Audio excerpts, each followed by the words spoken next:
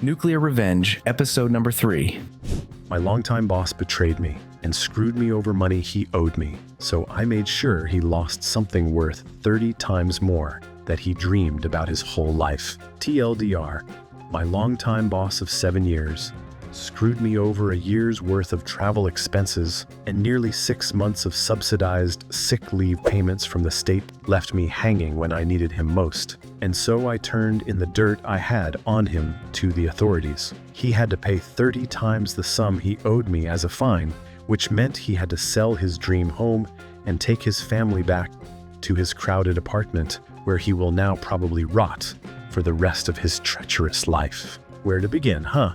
I suppose I should get back to when this whole sleigh ride began. I am an educated computer tech that had the misfortune of graduating right on the cusp of the 2008 financial crisis. Before, it was considered to be a vocation of the future. Various businesses came to our school introducing themselves, offering scholarships for college if we signed an agreement to come work for them. After we graduated that as well. After the crash, those promises were the first thing they cut. As a result of that, I couldn't afford college, which meant I had to find work, which was easier said than done. My late and mid-20s were a roller coaster of dead-end jobs where I worked, finally saved up some money, got fired as a redundancy, and had to spend those savings for living expenses while looking for my next shitty job. Years went by, tech went on, and I couldn't afford classes to keep up with it. So in my late 20s, I snapped. I have had enough. I needed a career change. I decided to go in my late father's footsteps and become a welder. It's as if fate intervened. A week before I made the inquiry about changing careers, a state-sponsored program came out that let me become one for free. After completing the welding courses, I was quickly offered a job as a field welder. We're literally talking about a matter of days here, a refreshing change of pace from before, where it took months or more. This is where the subject of our story comes in. I'll call him Rat Boss, RB for short. RB ran a small field welding business with half a dozen man crew, traveling all over Europe, doing field welding. He said he'd taken me in, show me the ropes, teach me real welding, none of that schoolyard horse shit. And let me tell you, the first 6 years were amazing. Yes, there was hard work, dawn till dusk, 7 days a week, sometimes gone from home for over a month, but the travels, the adventure, and the camaraderie. We were complete strangers to each other in the start, but we became like brothers, sticking together through thick and thin. Thinking back on it, I miss those days, even if they are behind me. And RB was, back at that time, the kind of boss that puts all other bosses to shame. I remember that one time where he took out a loan with a large interest just so that he could pay us our wages because he had an emergency expense that drained his bank account 2 weeks before a customer was due payment. He rather went into debt to pay us on time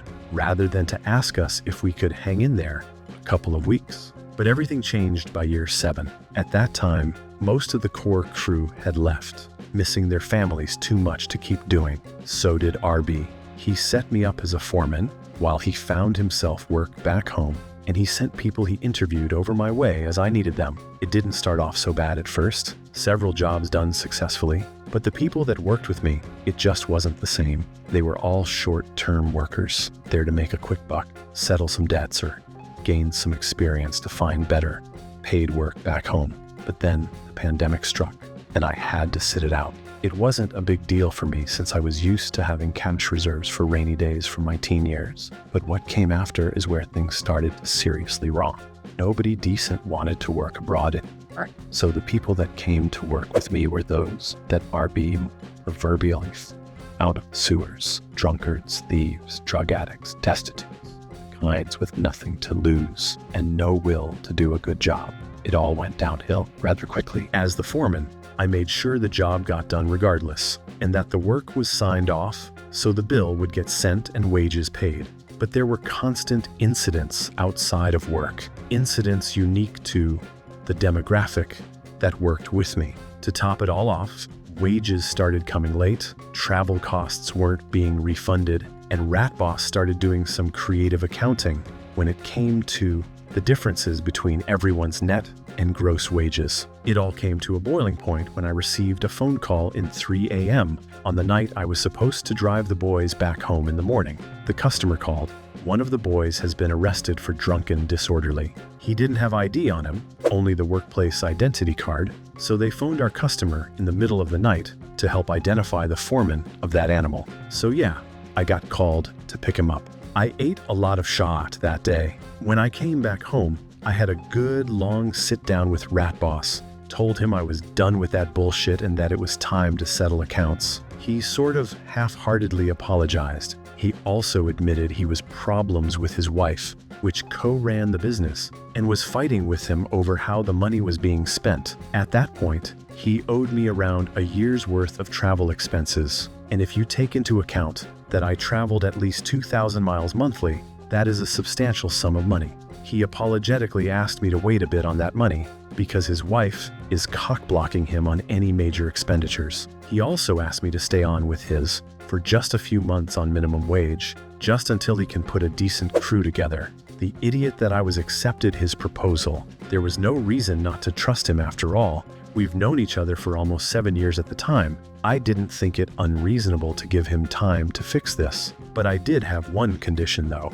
I needed half the money he owed me by the end of September, because I'm having some work done on my house. He said that shouldn't be a problem this far in advance. I said, okay, we have a deal, but I remained suspicious. A couple months went by. I worked for RB locally on minimum wage, except the problem is that even that wage came in late. My hackles were raised. I was concerned that I would have to postpone work on my house, work for which craftsmen are so hard to come by. You have to pay a deposit to prove you were serious about needing that work done. In the beginning of September, on the month his partial debt repayment was due, I confronted him again. He assured me that paying half what he owed me for travel costs wouldn't be a problem and that he's got the cash ready. As we parted way and I went for home, he gave me the fakest smiles I have ever seen in my life. I stared him down. I gave him this kind of look that even a dumbass would recognize as having "I'm not fooling around anymore" written all over it.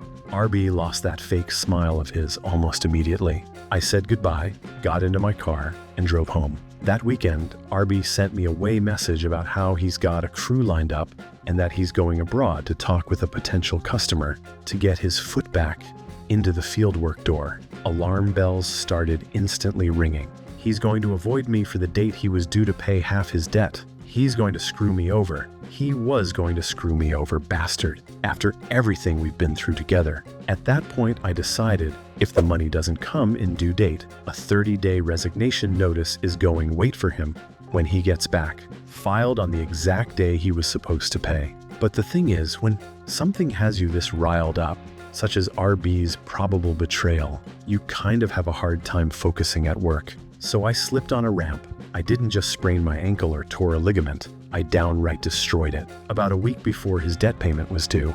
We're talking about emergency surgery here, 2 weeks minimum at the hospital, and being unable to put proper weight on that foot for 6 months. What do you guys think happened to the money he promised to pay me? It didn't come. Big surprise. Not only that, even the wage didn't get wired that month. It gets even worse. While I was in the hospital, heavily medicated, the work got done on my house. My mother, who had authorization to my accounts in cases of emergency, used my savings to pay for the work on my house instead of canceling, which means I had very little money left. She told me not to worry. I will still get paid sick leave. I wasn't so sure. The thing about sick leave in my country is, in case of a work-related injury and a recovery period longer than a month, the employer is only required to pay the first month of sick leave. The rest is funded by the government, whereas the employer only pays for Social Security and taxes. Then the government wires the sick leave money to him for him to forward it to me, which of course didn't happen. Didn't receive a single cent from him since. So here I was, broken, crippled, bedridden, and unable to work. It gets worse. I ran out of money just as I had the last installment of an outstanding debt to pay. Banks were calling me weekly. I had to cash in an investment to pay it off and to subsist while I recovered. An investment that would have yielded me a modest amount of passive income for the rest of my life. So I was resigned for revenge. He lied to me, hid from me, failed to pay what was owed, stole from me, and pocketed money that was meant for me by the government. He will cook in the fires of hell for what he's done. The revenge. Before I tell you what I did to him, I wish a little background about Rat Boss. He lives in a small apartment in our capital city, along with his wife and 2 children. The apartment is extremely small. So small, in fact, that they all practically climb over on top each other to pass each other by. But he did have a dream. He bought a plot of land where he was building a large house. So big, in fact, that a single one of the rooms is going to be bigger than his whole previous apartment. Over the course of those 7 years, he slowly built it up, brick by brick, and he was almost done. When we still talked, he told me that he was at most 6 months away from moving in. The thing about me being his foreman is that it involves a lot of paperwork. Every decision, every purchase, every dirty little secret hidden away in the numbers. And I had it all. It was simply a matter forwarding it all to the appropriate authorities. And as soon as I was able to walk, well, I wouldn't really say walk, more like drag my recovering foot behind the other one while under the influence of hardcore painkillers, I went out to turn him in to every government agency that had a shot at getting to him. The biggest hit came at the labor inspectorate. As the caseworker rummaged through the evidence I presented her, she mumbled to herself, wide-eyed, something in the lines of, "My God, he broke half the labor laws in our country." The aftermath. I live in what could be considered a second world country. Our government is slow and inefficient, but it does act when prompted.